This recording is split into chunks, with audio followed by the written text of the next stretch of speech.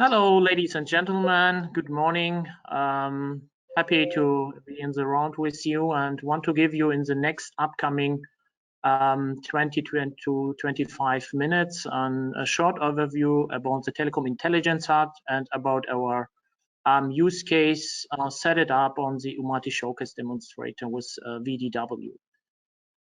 Before I start with the presentation, my colleague Ralph Conrad is a business development manager in the background, and you will have also the possibility to position your questions through the chat, but as well as after the presentation, you will then get the emails in the chat if you want to give you some information or comments on that. So let's start.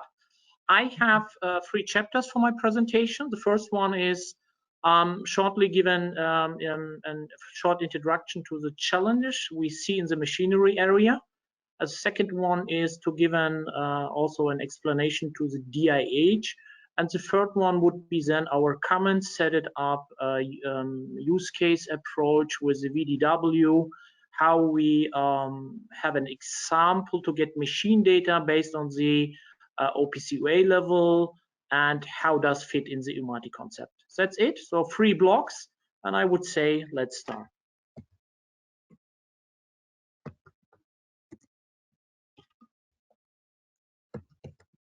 So you will get all information regarding the Data Intelligence Hub. You have the possibility on dih.telecom.net. And of course, you will get this, what I described, our common approach with UMATI. Also on this, under journal, you will find this article, what we set it up together with VDW. So what are the challenges? The challenges in the machinery area. So we have actually a big movement within the machinery area. So we have a lot of data in the machine, in the shop floor and plant environment, with a lot of machines were creating a lot of data. But the question is how this one should be used in the business process area and how you can get value of that. So I would say my individual view on that is, of course, we have a good footprint within machinery with the data, but it depends on the use cases. Yeah, so the idea is to have an aggregation layer and standardized aggregation layer for the machine data. And so one example is UMATI. I will describe it later in a few minutes. And so the idea is, we have an island machine data. We want to process this data to our internal processes in the IT. How we should do that, yeah, and how we will get value of the hidden value of the machine area. Yeah? So, and that's now the challenge. A lot of movements comes here up, like data spaces within different verticals, and I would say it's more a journey for the machinery area, I would say, and we're on a good track that also this kind of machinery data will be also available in the upcoming months and years in new solutions. And one of that I will describe you in a few minutes later. Before I will introduce the data intelligence about our technologies which we use to combine the machine data to the IT area, I will come to the International Data Space Association. What's that? The International Data Space Association is caring to standardize how you will store data, what are the data sharing approaches, how do you will be compliant and governed, and what are the rules of the data sovereignty. So the data sovereignty is the most important topic of the IDSA. Yeah?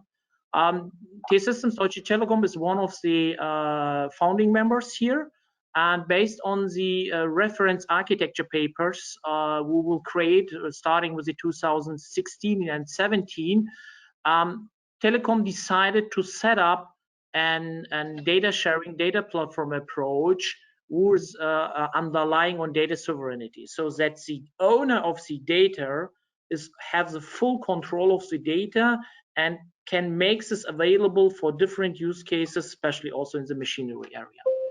So that's really important because the data sovereignty topic is running on the federal government level of Germany, but also on the European Union. But it seems that it will be more and more also on the international space, will be a valid factor to get more value from the data. What is the Data Intelligence Hub? The Data Intelligence Hub is an ecosystem where you have the possibility as described, based on data sovereignty principles, to exchange your data, to aggregate your data, refine it. Refinement is the most important topic, that you say, I will take, especially as an example, machine data, collect it, and now the idea, is this enough, or should I refine that one? Yeah, with additional data streams, could be public data related streams, or could be process related, like SAP or other production planning systems, or should I also combine that kind of data also in I would say more or less commercial approaches. Yeah, so commercial data sets could be also a refinement approach, and then to say, I will put on these different data streams and on top algorithm with machine learning tools, or with artificial intelligence tools, and try to create new innovative data service offerings. Yeah.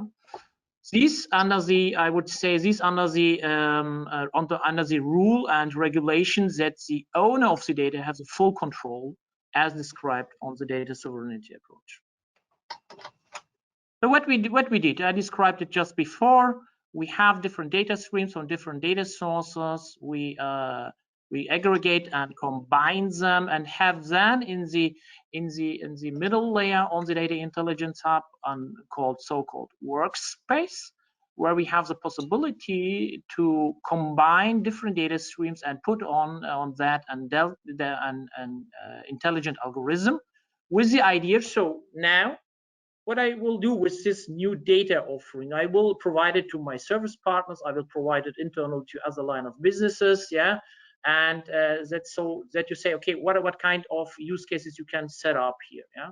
It could be like a predictive maintenance, or other, I would say, spare part management could be also, or also the purely one, also to say, yes, I have now some machine data, yeah, which I want to also, in the first step, not to share, only to have it on a cloud environment like DIH, and say, okay, what I want to do with that. And then you have in the workspace the possibility with the AI and ML tools. Let's go to the architecture of DIH. Let me go once back. So there is something, but you see it. So I will go through after the slide in the normal modus, in the presentation modus, but you see it. So the analytics, the workspace, and the data catalog. So as I described, if we have on the data intelligence hub the different data streams, you have the possibility in the workspace area to storage the data as a service software approach. Yeah, so the data is at your side, but it could be also on the data intelligence hub. So it's the persistence layer could be, yeah, you can use it, but you have also the possibility to store it directly on the DIH, or run it on your own environment. Yeah, and in the analytics area, you have the possibilities to use state-of-the-art ML, machine learning, and also tools like Databricks or tools like Jupyter, and have the possibility to store your data, and then to refine your data on that with the tools, and then say, I have new data offerings and I want to share that, or I only want to have those kind of data in my, yeah, so-called cloud storage. Yeah? So that's more or less the approach of the data intelligence hub. Yeah? So the connected, I would say, the connected partners in the supply chain have the possibility, if you want that, to get those kind of data sets with the data broker and data sharing approach. But that is the, I would say, and possibility. And if you want to only drive your own use cases within dedicated environment, then you are alone in workspaces. The workspaces, you have also the possibility to invite other partners. So let's go once more here. Go through. And if you summarize, what's the idea? So if the machinery, if you sold the machinery to your partners, yeah, as a machine producer, or if you have a big plant where you have a lot of shop floor approaches, and say, okay, I have a lot of machines there, yeah.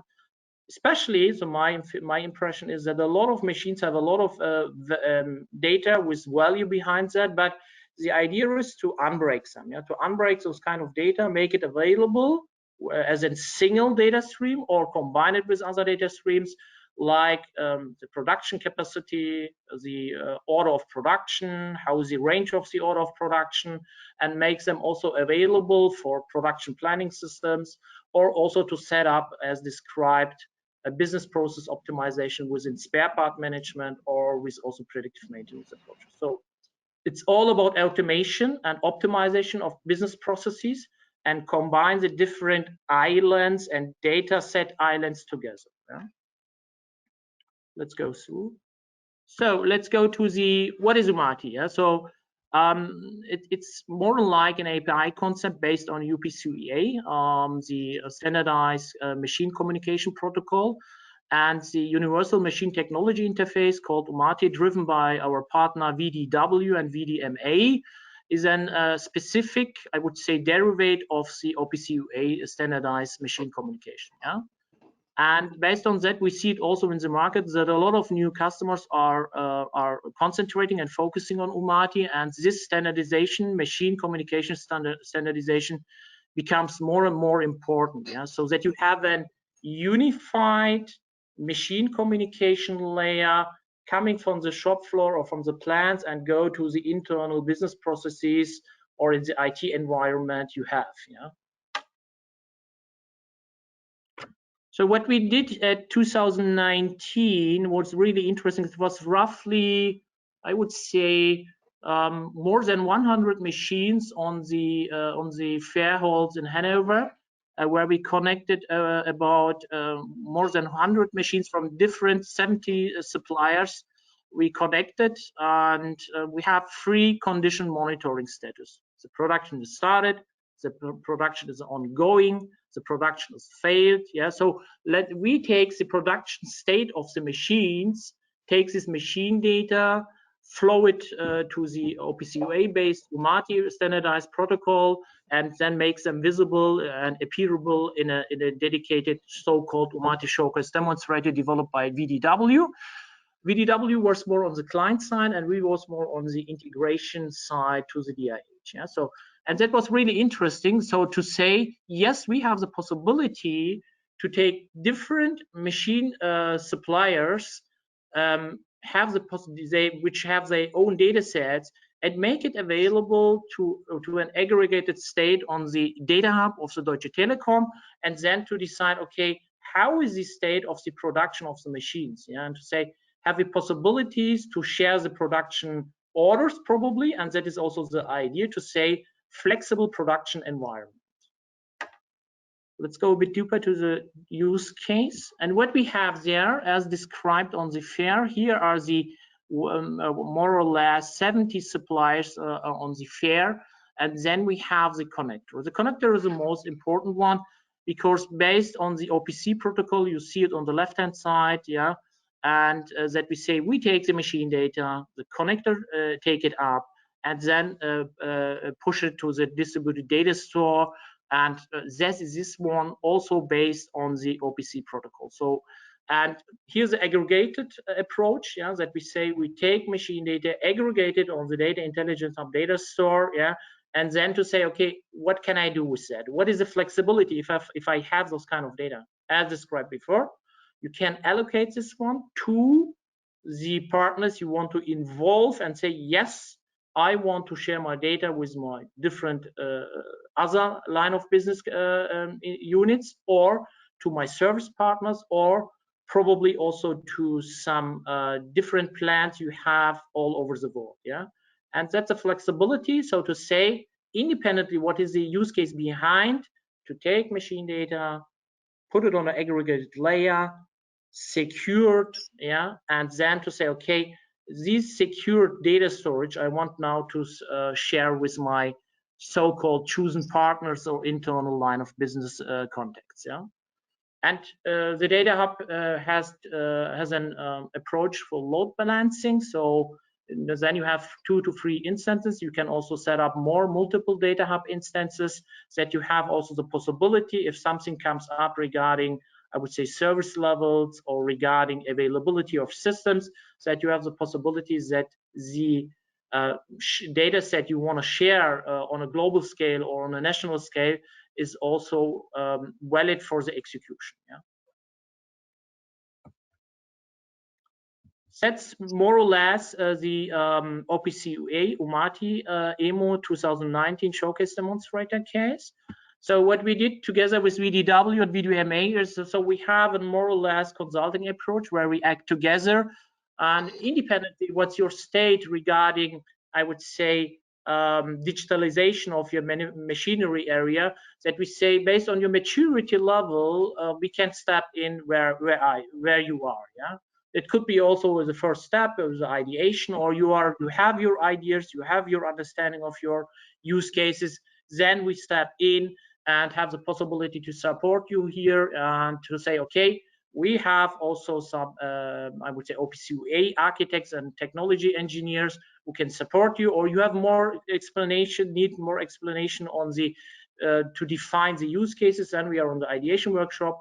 If you are on a more mature level, then we can also set up proof of concepts and other pilots and demonstrators on that. Yeah, so.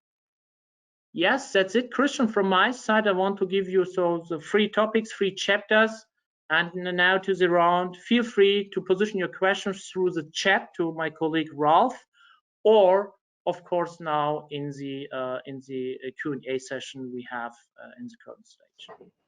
Thank you. Back to you, Christian. So thank you, Serif, for the nice presentation.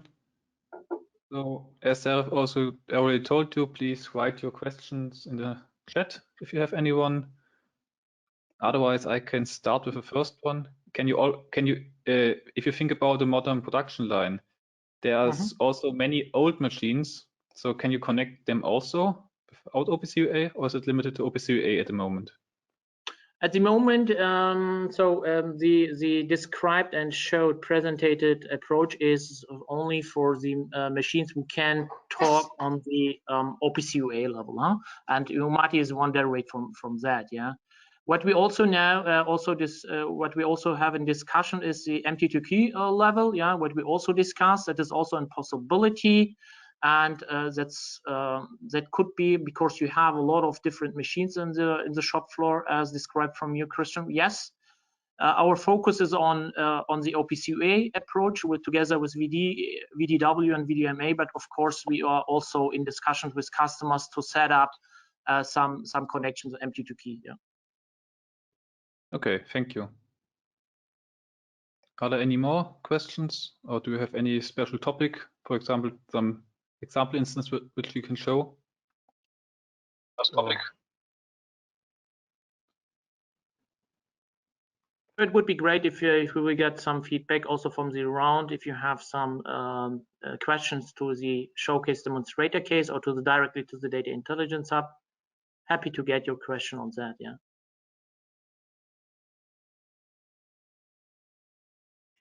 If not, I think we are also at the virtual booth, at the UMATI booth together with, it's a partner booth. You are highly welcome to visit us on that. There are also some described presentation in English and German, also some fact sheets. Yeah, so please take the possibility to visit our virtual booth. And as described also from my colleague Ralph Conrad in the chat, you have the possibility to come directly to us, and you see also in the chat the emails. That's from my side, Christian. Back to you. Thank you for the introduction and managing of the slot. Yeah, so yeah, thank you, Siri, for the nice presentation. I will close this meeting now, but if you're interested, there's some more sessions this day. The next one is in German by United Grinding. You might be 231 connected oder einfach verbunden. So if you're interested, please just join and have a nice day. Bye. Same to you, gentlemen. Bye-bye, ladies. Thank you. Bye. Bye-bye. Bye.